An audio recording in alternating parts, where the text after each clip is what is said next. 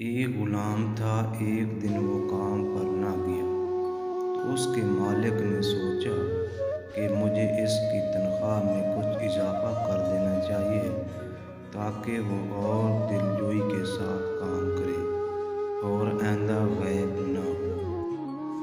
اگلے دن مالک نے اس کی تنخواہ سے زیادہ پیسے اسے دیے، جو اس نے خاموشی سے رکھ لیے۔ لیکن کچھ دنوں بعد وہ دوبارہ غیر حاضر ہوا تو اس کے مالک نے غصے میں آ کر اس کی تنخواہ میں کیا گیا اضافہ ختم کر دیا اور اس کو پہلے والی تنخواہ ہی دی۔ غلام اب بھی خاموشی اختیار کی تو مالک نے کہا، جب میں نے اضافہ کیا تو تم خاموش رہے، اور اب جب کمی کی تو تم پھر بھی خاموش رہے، کیوں؟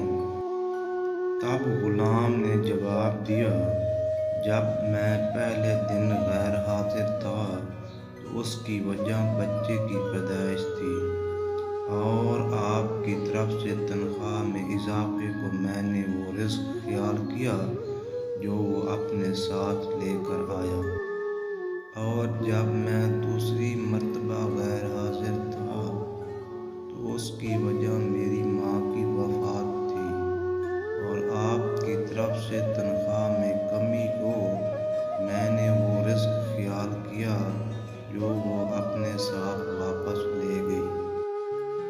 پھر میں اس رزق کی خاطر کیوں پریشان ہوں جس کا ذمہ خود اللہ نے اٹھایا ہوا ہے؟